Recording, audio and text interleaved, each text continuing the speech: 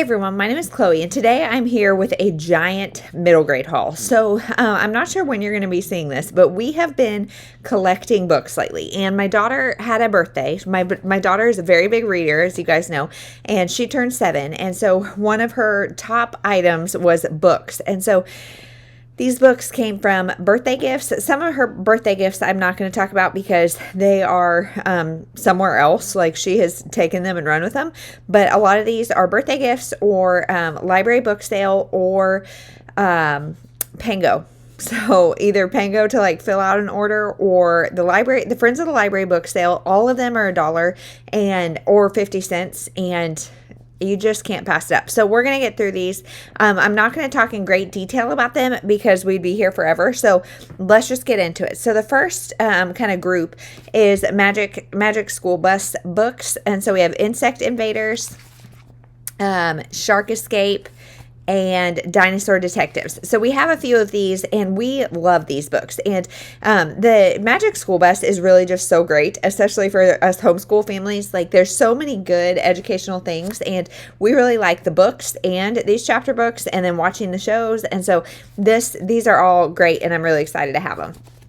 Then we have a series that I have not heard of, and we have random numbers, which I do not like, but my kids are really excited about them. And they are The Amazing Days of Abby Hayes, Look Before You Leap, The Pen is Mightier Than the Sword, Everything New Under the Sun, let's see, Too Close for Comfort, and Some Things Never Change. So it looks like she's aging as the series goes on, because this is 5, 6, 10, 11, and 13. So if you guys have read these, let me know. Is it good? Is it bad? Let me know. I might try to check out the first one and maybe read it on our own. Like I said, these are all 50 cents. So $2.50. If they're great. If we end up just turning around and unhauling them, that's fine too.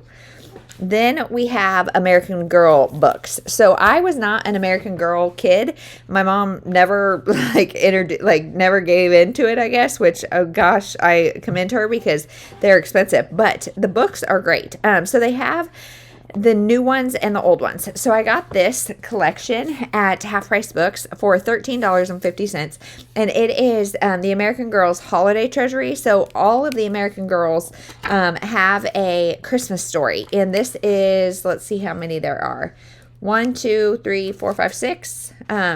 6, and it's gold sprayed edges, and it's just really, I looked this up on Amazon, and it was like $30 if you can get it. It also comes with a CD, which is fun. So I got this, and then I also got, let's see, a few others that we did not have yet. So we got number 2 in Kirsten. Kirsten Learns a Lesson. So Kirsten is, I can't remember what year she is.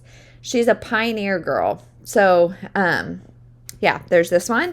That's number 2 in the Kirsten series. And then we got 2, 3, and 4 in Samantha. So we got Happy Birthday, Samantha, Samantha Learns a Lesson, and Samantha's Surprise. So Samantha's Surprise is book 3. It's also in the Christmas Treasury, but that's okay. So, these are all take place in 1904.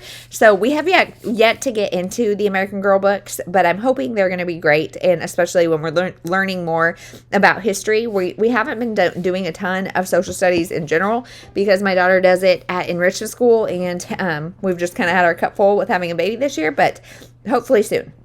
Then you guys, I need to be educated here on the American Girl stuff, because we have these new ones that are the Girl of the Year. And so we got number 1 and 2 of Blair. Blair, and then Blair Cooks Up a Plan. So you guys let me know, what are these? What are these? Girl of the Year 2019. I don't know anything about these, but again, 50 cents, keep on keeping on. Then we also have Luciana. This is 2018, Girl of the Year 2018. So it's just number 1. And then number 2, Out of This World. So, you guys educate me about the American Girl books and the new American Girl books. I need to know. Then we have a couple box sets. So we have Nancy Drew Clue Book. Clue Book Conundrum selection. So this is books 1 through 10. We have been reading the Nancy Drew Clue Crew, and she asked for more of those books. My mom accidentally bought some of these, and so then ended up buying her the whole set. So she also bought like number 11 and 12. And so we have the first 12 of these Nancy Drew Clue books. And I think these are even younger than the Clue Crew. So in the Clue Crew, Nancy Drew and her friends are 8 years old. And I believe in these ones, they're 6. And so we're reading through the Clue Crew books together. And we don't need to. My daughter could definitely read them independently. But these ones especially, I would say she could probably read independently. Let me pull one out. They're in here tight. But we're going to see. Content-wise, well, they look very similar in the amount of pictures and all of that. So I don't know. I'm not sure. If you guys know the difference here, let me know. Interesting. I don't know. Like, how many Nancy Drew spinoffs can we have? I don't know. I know Clue Crew has like 40 books. The original has at least 40 books. So I don't know how many are in this one, but we have the first like 12-ish now. Okay, and then one that comes highly recommended from you guys actually is Paddington. So she got the full Paddington series. It is 15 Paddington books. So we're going to read these and then watch the movies and see what we think. I don't think we've ever read Paddington, so I'm really excited about that. Okay, now we're just going to get into Standalone or whatever random books that I've gotten from places. So The Red Rose Box by Brenda Woods. This is a Coretta Scott King Award honor book, so it didn't win, but this is on her 10th birthday. Leah Hopper receives a surprise gift from glamorous Aunt Olivia, Mama's only sister who lives in LA. It's a red rose box. Not many people in 1953 Sulphur, Louisiana have seen such a beautiful traveling case covered with red roses, filled with jewelry, silk bedcloths, expensive soaps, and train tickets to California. Soon Leah and her sister Ruth find themselves in Hollywood, far away from the cotton fields and Jim Crow laws of Sulphur. To Leah, California feels like freedom, but when disaster strikes back home, Leah and Ruth are forced to stay with Aunt Olivia permanently. Will freedom ever feel like home? So, interesting. Then we have A Place at the Table. This is a timely and beautiful written story. It explores food, friendship, family, and what it means to belong. So, that sounds great. We love foodie books. This one is Leroy Ninker Saddles Up. So this is number 1 in the I forget what, the Tales from Deckawoo Drive series. This is the same as like Mercy Watson, The Same World, and we love these. We've read all of them. They're short little things, but for 50 cents, we definitely wanted to grab it. Then my daughters are very into this Rainbow Magic series. So this is Hope the Happiness Fairy. They're fine. We've read them a couple together, and they're fine. But they're like 50, 60 pages, and definitely ones that they can read independently. Then also another series they're really into is this Magic Animal Friends by Daisy Meadows. She created the Rainbow Magic series. It's the same author, so there you go. Then we have an Arthur book, Locked in the Library. So we've kind of been collecting these, so it's good to have another one. Then we've read one My Little Pony book. We have, I think this is our 3rd, and my daughter really loves these. I really don't. So this is going to be one that she can read on her own. Then we have Ginger the Stray Kitten. There's a whole series of animal books by Holly Webb, and we really like them. So anytime we find additional books, we add them to our collection. Then one of my daughters picked this one, The Classroom at the End of the Hall by Douglas Evans. So this is Meet Roger. He's always doing gross stuff, like writing his name on the blackboard and gunk from his nose. Disgusting. Recently, when he was cleaning the erasers, out billowed a chalk dust genie. But Roger's 3 wishes turned out to be more than he bargained for. Then there's Emily, a very tidy girl with a very messy desk. That was no problem until the messy desk pest moved in. Here are 9 stories of the strange and peculiar happenings at W.T. Mellon Elementary School in the classroom at the end of the hall. So come inside and pull up a desk and get ready for the wackiest, weirdest class of your life. Sounds fun. Then another one that is well loved on BookTube is The Vanderbrekers of 141st Street. So I was told that this is great around Christmas time. I think I have read this individually and didn't love it, but I'm going to give it a shot at Christmas with my kids. So we'll see if it's better reading it with them. Then The City of Ember This one, I'm not sure. Jean Duprat. The city of Ember was built as the last refuge for the human race. 200 years later, supplies are running low and terrifying blackouts are sweeping through the streets. It's only a matter of time before the lights go out and never come back on again. When Lena finds part of a secret message, she's sure it holds a clue that will save Ember. She enlists her friend Dune, and together they explore long-forgotten parts of their dying city as they race to solve the mystery. If they succeed, they'll have to convince everyone to follow them into danger, but if they fail, the lights will burn out and darkness will close in forever. Yikes. Then we have The Dog Who Danced. This might be an adult. This might have gotten in the wrong stop. Yep, I think this is an adult, so ignore that. Then we have Get a Grip, Vivi Cohen. And this is about a girl, Vivi Cohen is determined. She had enough of playing catch in the park. She's ready to pitch for a real baseball team. So my daughter loves softball, and I think this is going to be great. Then this is an author by. We have Pam Munoz Ryan, Writing Freedom. So it's about a girl and her horse, and about a girl who was raised in an orphanage for boys. Again, like I said, we picked this up because of the author. So it's mid-1800s, I believe. And yeah, it's going to be good. And then Catalina Incognito. This is the first in a series by Jennifer Torres about a girl. Let's see. She's not persnickety, no matter what her parents and sister Coco say. Catalina just likes things the way she likes them. Perfect. That's why it's very hard to hide her disappointment when her glamorous Tia Abuela, a famous telenovela actress, gives her an old sewing kit for her 8th birthday. However, she soon discovers the sewing kit isn't as boring as she thinks. It turns ordinary clothes, into magical disguises. So, I don't know. That sounds really fun. And I know it's a series if we like it. And it's definitely one my daughter could read independently, but I'm kind of curious. Then another series by Lori Halls Anderson, Vet Volunteers. This is number 3, saying Say Goodbye. We have big animal lovers in our family, if you couldn't tell. Then 3 books kind of in a series here. Molly's Story by W. Bruce Cameron, and then Toby's Story and Shelby's Story. So these are all a part of the a part of A Dog's Purpose Puppy Tales or something. So I think they're all for middle grade readers. Then we've got a handful more. So we've got Magic Puppy, Spellbound at School.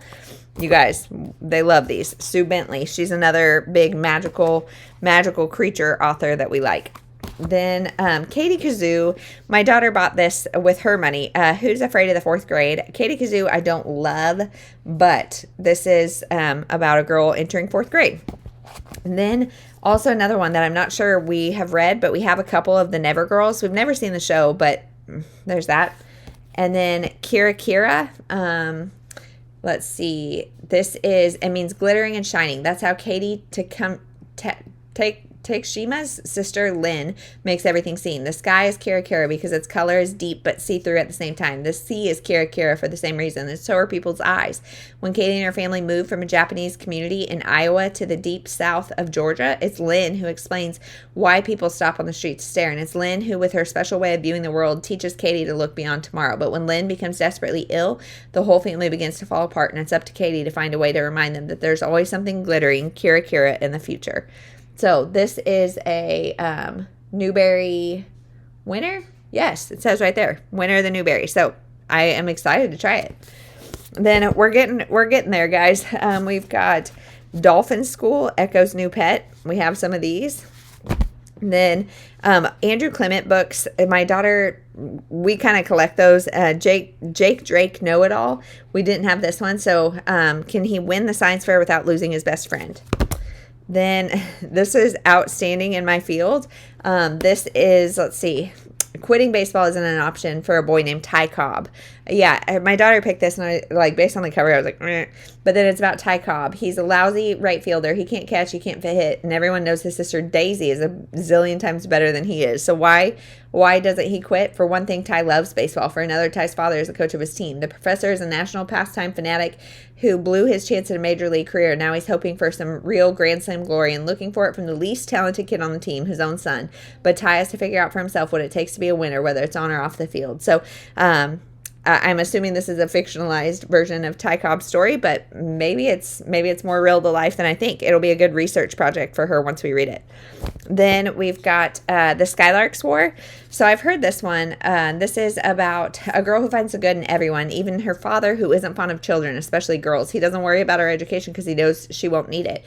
It's the 20th century, early in the 20th century, and the only thing girls are expected to do is behave. But Clary longs for a life of her own. She wants to dive off the cliffs and go swimming with her brother Peter and her cousin Rupert. More than anything, she wants an education. When war breaks out, Clary is shocked to find that Rupert has enlisted.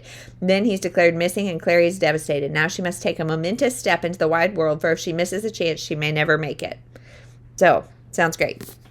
Okay, this is the last stack here. We've got Little Legends, The Secret Mountain. Do trolls mean trouble? So this is one my daughter picked, and we'll see. It might be too scary, but we'll see. It's they may be small, but their adventures are epic. Everyone in Tailtown knows that trolls mean trouble, and the mayor and his guards have captured a fearsome troll spy. But when Jack Red and Anasi see the prisoner, they find out the so-called spy is just a lost troll child. With the help of all their friends, the Little Legends decide to rescue the young troll and take it back to its secret mountain home. But what they find when they get to Troll Mountain changes everything they've ever known. Then Tornado by Betsy Byers.